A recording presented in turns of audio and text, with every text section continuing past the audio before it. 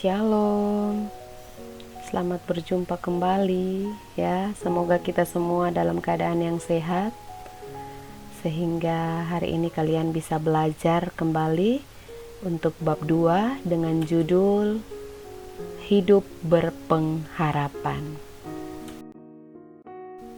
Iya, sebelum kita lanjut, sekali lagi jangan lupa tolong video kali ini di like ya, di share, di komen, bahkan yang belum subscribe supaya segera di subscribe ya. Iya, kita literasi COVID ya. Ini tahun kedua kita sama-sama berada di pandemik COVID-19. Jadi seperti tahun sebelumnya, kiranya kita bersama-sama bisa mencegah diri, bisa menjaga sehingga kita terhindar dari COVID-19 ya.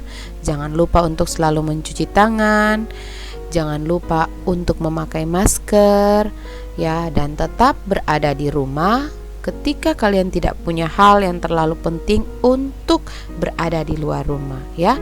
Tetap jaga diri dan kita percaya Tuhan Yesus akan senantiasa menolong kita sekalian. Ya, baik peserta didik, sebelum kita masuk dalam materi, kita berdoa terlebih dahulu. Bapa di surga, kami bersyukur dan berterima kasih hari ini kami semua dalam keadaan sehat. Kami hendak belajar, Tuhan berkati kami sehingga kami dapat belajar dengan baik. Roh Kudus-Mu yang akan menuntun dan memampukan kami sehingga kami dapat mengerti akan pelajaran yang hendak kami ikuti pada saat ini. Di dalam nama Tuhan Yesus kami berdoa, amin. Ya, tujuan pembelajaran yang hendak kita capai pada hari ini adalah yang pertama, memahami makna hidup berpengharapan. Kedua, menjelaskan pentingnya hidup berpengharapan. Ketiga, menunjukkan ciri-ciri sikap hidup berpengharapan. Itulah yang akan kita capai pada hari ini dan pada minggu depan. Karena video pembelajaran hari ini adalah untuk 2 kali pertemuan. Nah, sekarang peserta didik, kita akan literasi. Silakan diambil Alkitabnya, dibuka 2 Korintus 4 ayat 8. Silakan dibaca dan dipahami ayat tersebut. Dalam segala hal kami ditindas, namun tidak terjepit. Kami habis akal, namun tidak putus asa. Tokoh hidup berpengharapan. Ada yang kenal pada gambar saat ini? Iya, dia adalah Agustinus dari Hippo. Bagaimana kisahnya? Yuk kita nonton kisahnya.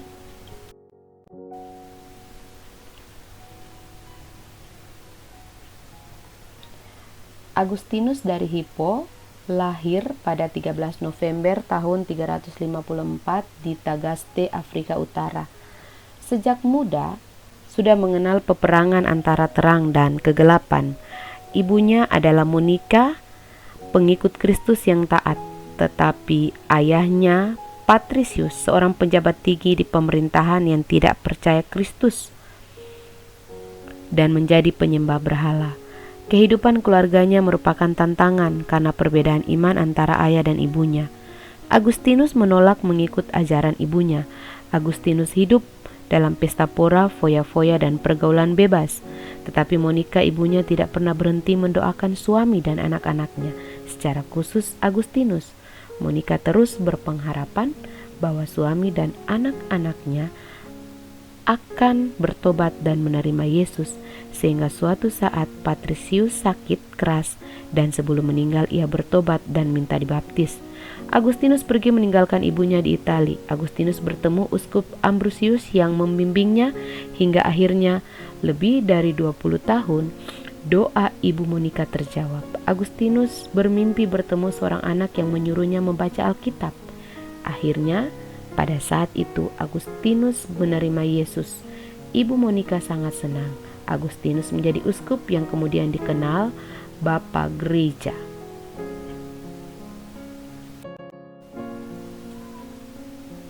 Ada yang kenal gambar ini? Iya, ini adalah Raja Salomo. Sejak Salomo wafat, kerajaan Israel terpecah dua. Mereka menjadi tawanan dan dibuang ke Babel.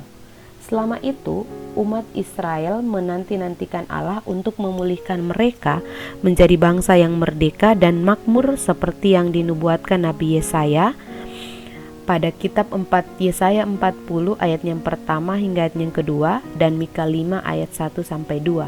Sehingga akhirnya umat Israel terbagi menjadi dua kelompok, yaitu kelompok yang sudah kehilangan harapan dan kepercayaan terhadap janji Allah, kelompok yang masih percaya pada janji Allah dan tetap berpengharapan akan kedatangan Mesias yang akan membebaskan mereka.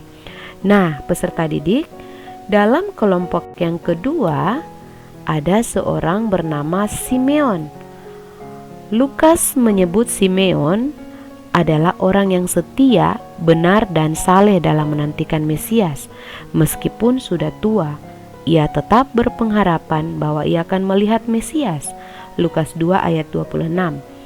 Pengharapan Simeon tidak sia-sia karena suatu hari Roh Kudus menggerakkan hatinya untuk datang ke bait suci.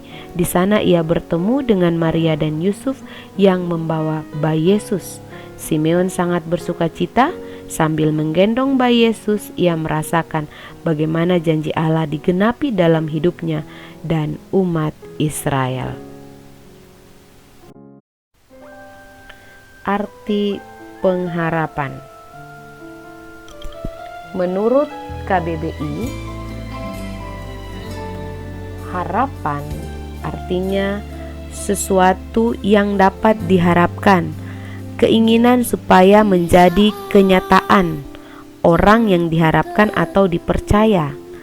Berharap mempunyai arti berkeinginan supaya terjadi, meminta supaya sesuatu terjadi. Pengharapan berhubungan dengan masa depan atau hal-hal yang akan terjadi.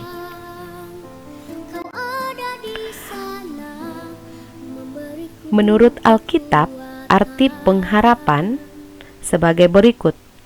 Perjanjian Lama, mikve, artinya menantikan dan mengumpulkan. Dalam Perjanjian Baru, elpis, artinya menantikan yang baik.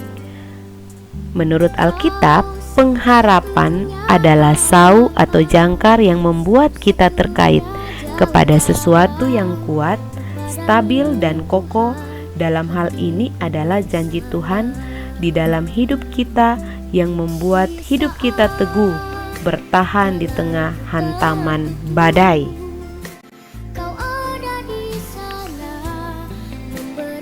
Ada 3 hal yang dapat menggerakkan kehidupan manusia, yaitu iman, pengharapan, dan kasih. 1 Korintus 13 ayat 13. Setiap orang Kristen sebagai orang yang beriman meletakkan kepercayaannya kepada semua janji Tuhan Allah di dalam firman-Nya dengan terus berpengharapan kepada Yesus sambil terus hidup penuh kasih dengan sesamanya. Dasar pengharapan. Harapan berasal dari Allah. Harapan tidak bergantung pada apa yang kita miliki, contohnya kekayaan atau kedudukan. Selaku orang Kristen, kita mendasarkan pengharapan pada Allah yang hidup, yang bertindak, dan yang campur tangan dalam segala lika-liku hidup manusia.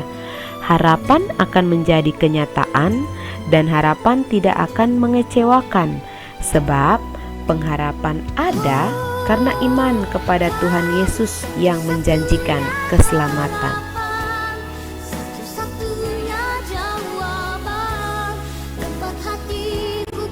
Pentingnya pengharapan.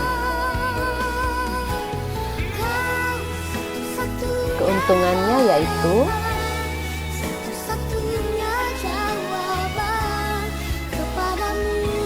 mampu bertahan dalam situasi yang sangat sulit sekalipun. Meskipun kita sudah sangat menderita, tetapi kita tidak melakukan hal-hal yang negatif yang akan melukai diri kita sendiri. selalu tabah dan sabar. Ketika orang sekeliling kita tidak dapat percaya, memberikan harapan yang palsu, tetapi ketika kita berpengharapan hanya pada Yesus, maka kita dapat sabar dan tabah menjalani hidup. Terus bergerak maju, bukan diam meratapi keadaan. Meskipun dalam keadaan sulit yang harus kita lalui, tetapi kita tidak meratapi nasib kita. Kita tetap optimis dan yakin bahwa semua dapat kita lewati. Pengharapan itu adalah sau yang kuat dan aman bagi jiwa kita, yang telah dilabuhkan sampai ke belakang tabir. Ibrani 6 ayat 9. Sebuah kapal tanpa sau akan mudah lepas terbawa ombak. Begitu juga bila kita hidup tanpa pengharapan, akan sangat rapuh dan mudah terbawa arus dunia yang menyeret.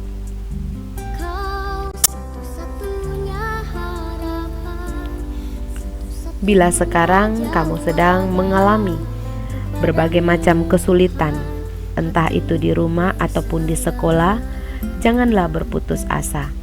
Tetaplah berpegang teguh pada pengharapan bahwa semua masalah dan kesulitan itu pada saatnya akan berlalu. Kehidupan yang lebih baik di masa depan akan kamu alami. Kunci agar kita dapat berpengharapan dalam segala kesulitan adalah bertekun dalam berdoa. Jangan berhenti berusaha. Tetap lakukan yang terbaik. Selebihnya kita serahkan kepada Tuhan. Itu akan membuahkan hasil, baik tidak bagi diri sendiri, tetapi juga bagi orang di sekeliling kita. Karena Tuhan tahu yang terbaik untuk kita dan Dia tidak mengecewakan. Kesimpulan, pengharapan adalah keyakinan bahwa pada saatnya hal-hal yang baik akan terjadi cepat atau lambat. Pengharapan itulah yang akan memungkinkan kita untuk selalu tabah berusaha dan bertekun dalam doa. Hidup tanpa pengharapan sangat rapuh. Kita akan mudah berputus asa dan meratapi diri. Akibatnya, kita tidak akan pernah keluar dari keadaan sulit yang kita alami. Ketekunan dalam berpengharapan akan selalu membuahkan hasil yang baik, tidak saja bagi diri kita sendiri, tetapi juga bagi orang lain di sekitar kita. Sumber pengharapan kita adalah Tuhan. Tuhan tahu yang terbaik buat diri kita, dan Dia tidak akan mengecewakan. Ya, oke. Ya, setelah kalian sudah mendengarkan pembelajaran tadi lewat video, nah sekarang ada tugas yang akan memberikan buat kalian ya untuk uji kompetensi pengetahuan.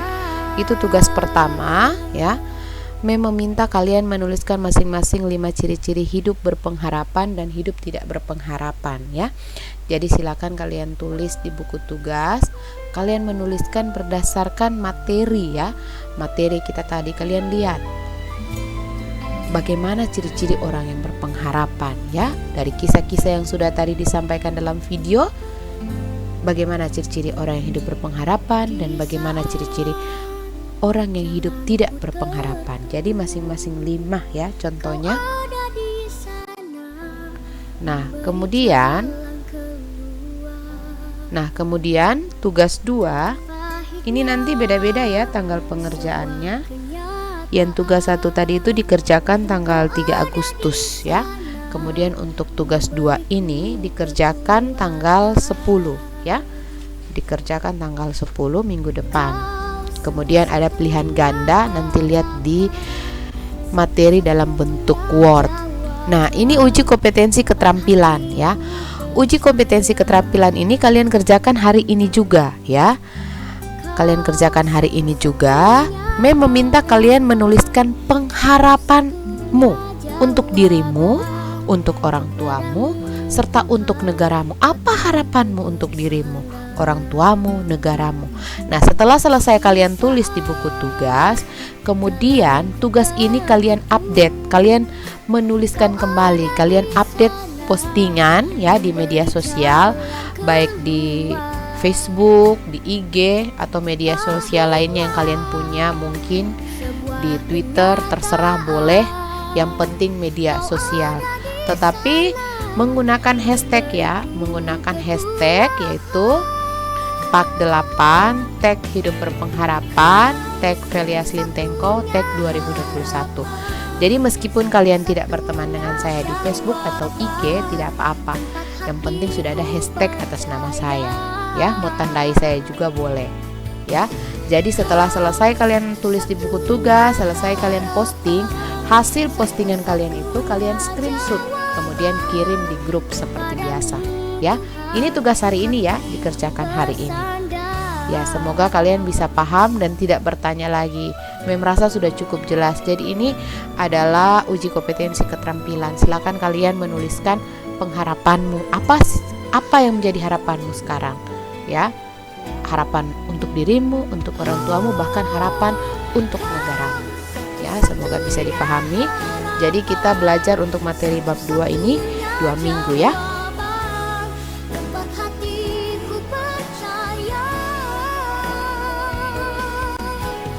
Oke, baik, kita akan mengakhiri pembelajaran kita pada hari ini. Kita akan berdoa.